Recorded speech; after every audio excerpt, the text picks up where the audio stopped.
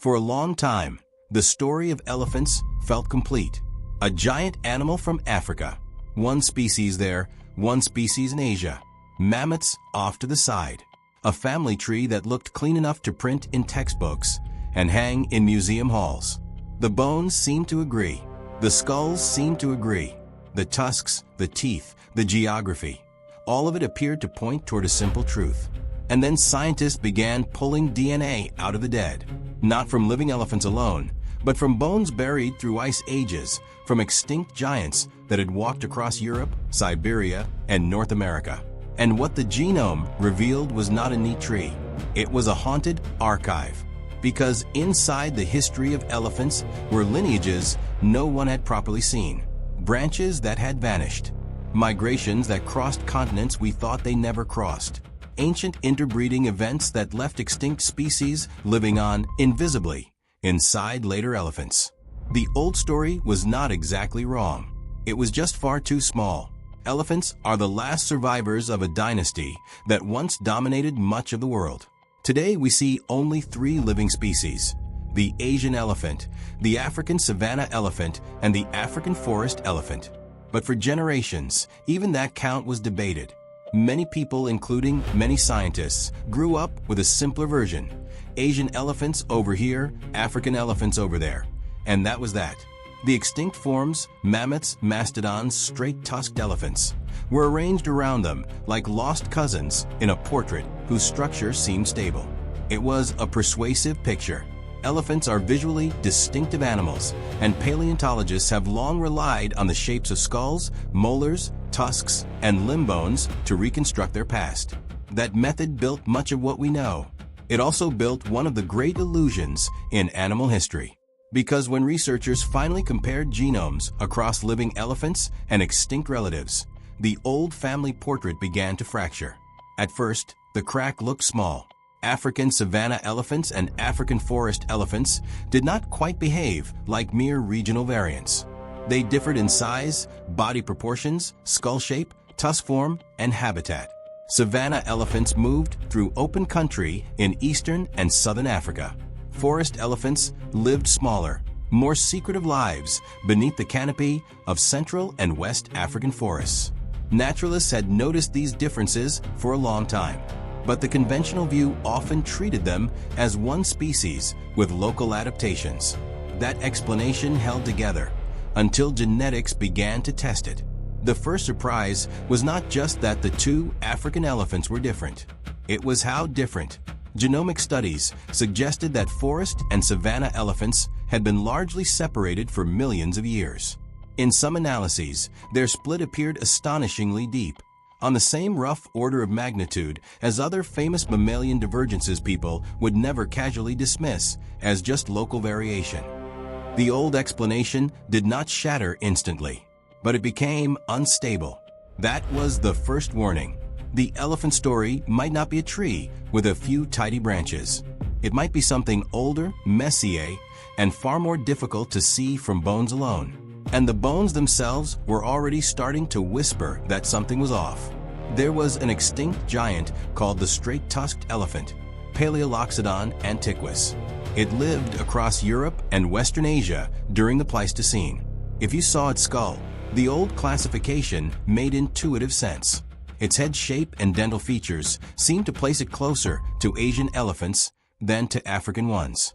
For decades, that was the accepted position. The anatomy appeared to say so. But then ancient DNA entered the story, and everything changed. Scientists recovered genetic material from straight-tusked elephant fossils found in Germany. Remains more than 100,000 years old. That alone was extraordinary. Ancient DNA at that age is difficult enough to recover. Recovering enough to say something meaningful about evolutionary relationships is harder still. But once the genomes were compared with those of living elephants, the result was shocking. The straight-tusked elephant was not most closely related to Asian elephants. It was closer to the African forest elephant. That was the moment the case reopened. A European giant with an Asian-looking skull turned out, at the genomic level, to belong far nearer the African side of the elephant family. Suddenly, The old map of elephant evolution was under suspicion. If morphology had pointed one way and DNA another, then the question was no longer just where elephants came from. It was how many times their history had been rewritten by movement, isolation, convergence, and interbreeding. And if stories like this interest you, subscribe, because some of the strangest animal histories were never written down at all. They were sealed in bone and only opened when the genome learned how to speak. To understand why this mattered so much, you have to go back far beyond mammoths, far beyond the last ice age, into a world where elephants did not yet look like elephants. The true origin of the elephant line begins in Africa more than 50 million years ago, in the broader proboscidean lineage. The earliest members of that lineage were nothing like the giants we know. They were smaller, stranger creatures, living in warm ancient landscapes where the ancestors of elephants were still experimenting with body plan, diet, and lifestyle. Some early forms, such as Moratherium, were low-slung, semi-aquatic, or swamp-associated animals with no towering legs, no sweeping tusks, no monumental silhouette. The modern elephant was not sitting there in miniature, waiting to enlarge itself. It had to be built. Over tens of millions of years, proboscideans diversified into a vast evolutionary empire. Some developed shovel-like jaws. Some carried tusks in both upper and lower jaws. Some became immense grazers of open country. Others browsed in woodland and forest. They spread out of Africa into Eurasia and eventually into the Americas. Most of those lineages are gone now. Mammoths are gone. Mastodons are gone. Gomphotheres are gone. Straight-tusked elephants are gone.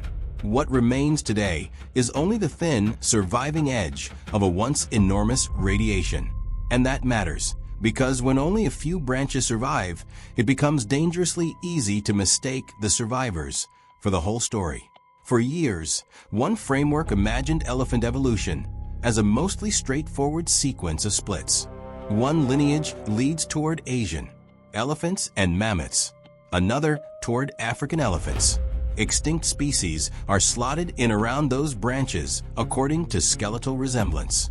Clean, logical, elegant. But there were at least 3 other ways to explain the anomalies. One possibility was that paleontologists had been misled by anatomy alone, that similar environments or similar functional demands had caused unrelated elephant lineages to evolve similar skull features. In other words, resemblance was not always close kinship.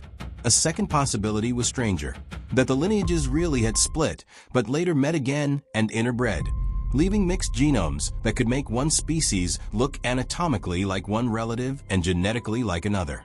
And the third possibility was stranger still. Some of the ancestry in later elephants might come from lineages that no longer exist at all. Not just known extinct species, but poorly sampled, unsampled, or effectively ghost populations. Branches whose bodies are mostly gone, but whose DNA survived by passing into descendants. This is where ancient DNA stopped being a useful tool and became the turning point in the entire mystery. Because the genome is a deeper archive than appearance. Bones tell you what natural selection built. DNA can also tell you what history mixed. When researchers broadened the comparison, living elephants, woolly mammoths, mastodons, straight-tusked elephants, the picture that emerged was not a simple diagram of clean separations. It was a history of repeated contact. Gene flow between elephant species was not some rare accident at the margins. It appears to have been a recurring part of their evolutionary story. The straight-tusked elephant became one of the clearest examples.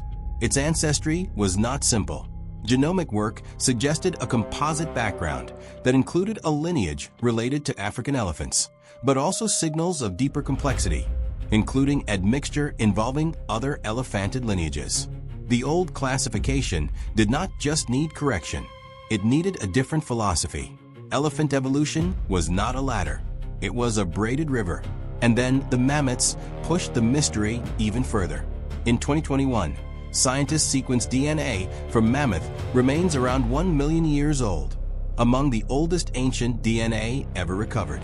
One of those genomes belonged to a previously unrecognized lineage, sometimes called the Crestovka lineage. It had split from other Siberian mammoths more than 2 million years ago. No one had understood its role before. Yet later analysis suggested that the Columbian mammoth of North America was not simply descended from one known ancestral line. It was the product of hybridization, with a large part of its ancestry coming from this previously unrecognized branch, and the other large part from the woolly mammoth lineage. A ghost lineage had stepped out of the dark, not because its bones suddenly became abundant, but because its descendants were carrying it all along. That is the deeper twist in elephant origins. Ancient DNA did not just rearrange species we already knew. It showed that elephant history contains invisible survivors, extinct branches living on as fragments inside later genomes. The dead were still there, just distributed. That realization changes how we imagine the elephant not only as an animal, but as an inheritance. Because the living elephant is not merely the end point of a line. It is a mosaic. Picture Central Africa at dusk tens or hundreds of thousands of years ago. Humid air beneath a high canopy. Mud cooling in the shade. Fruit falling somewhere beyond sight. A herd moving almost silently except for the press of feet through wet ground. Low rumbles passing between bodies. Tusks briefly catching a shard of light. Beyond that forest, elsewhere in the same age of the world, another elephant lineage is crossing open woodland in Europe. Farther north and east, mammoths are adapting to cold. These animals do not know they are cousins. They do not know they are carrying separations millions of years old. And yet their histories are already touching, dividing, meeting, and touching again. That is what the later genome would remember. Humans entered only the late part of the story. But when we arrived, elephants changed us as much as we changed them. We hunted some proboscideans. We painted and carved them. We feared them, worshipped them, traded their ivory, built myths around their memory, and in parts of Asia captured living elephants for labor, ceremony, and war. In South and Southeast Asia, elephants became engines of empire and sacred presence at the same time, creatures of muscle, intelligence, and symbolism, not domesticated in the way cattle or horses were, but drawn into human systems of power.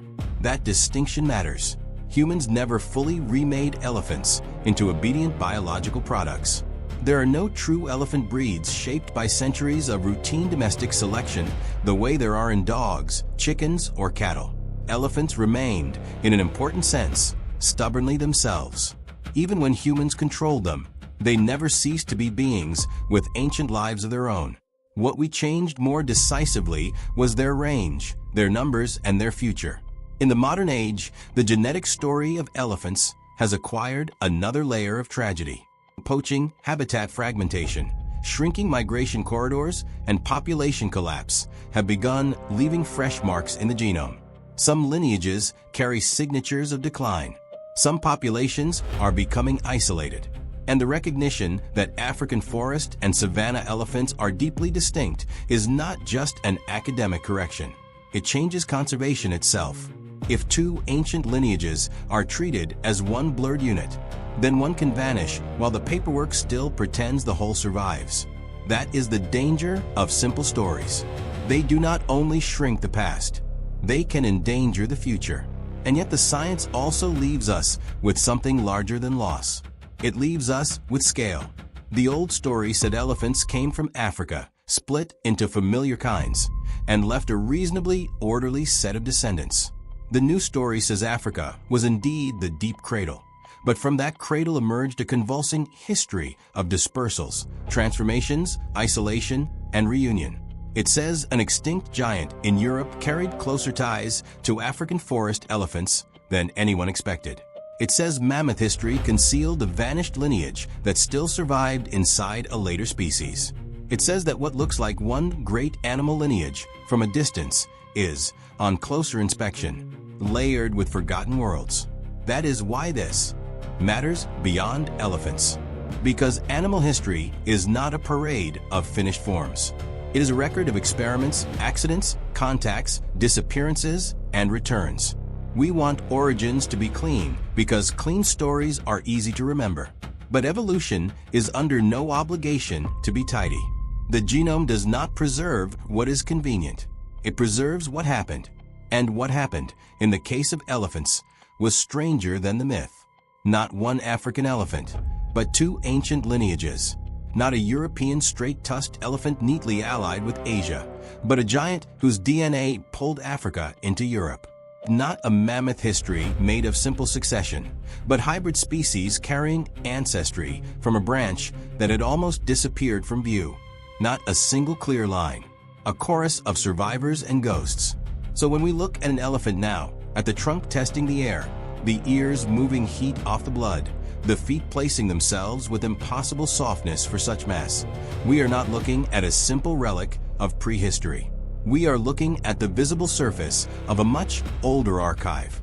Inside that body are signals from forests, plains, vanished corridors, extinct cousins, and migrations written long before any human map. The DNA did not make the story smaller. It made it deeper. If you enjoy science-driven animal history, let me know which species I should cover next, because the closer we look at the animals we think we know, the stranger their beginnings become. And maybe that is the real lesson here. The elephant was never just a giant from a familiar continent. It was the last living witness to a lost empire of proboscideans, carrying in its genome the remains of lineages that no longer walk the earth. What seemed stable was only the middle of the story. What seemed obvious was only what was left standing. The rest had to be excavated. From old bones, frozen teeth, broken genomes, and the patient work of scientists willing to reopen the case. So the next time an elephant appears to us as something ancient but knowable, something iconic and already explained, it is worth remembering how recently that confidence began to fail. Because the creature we thought we understood was never traveling alone. It was carrying the dead with it.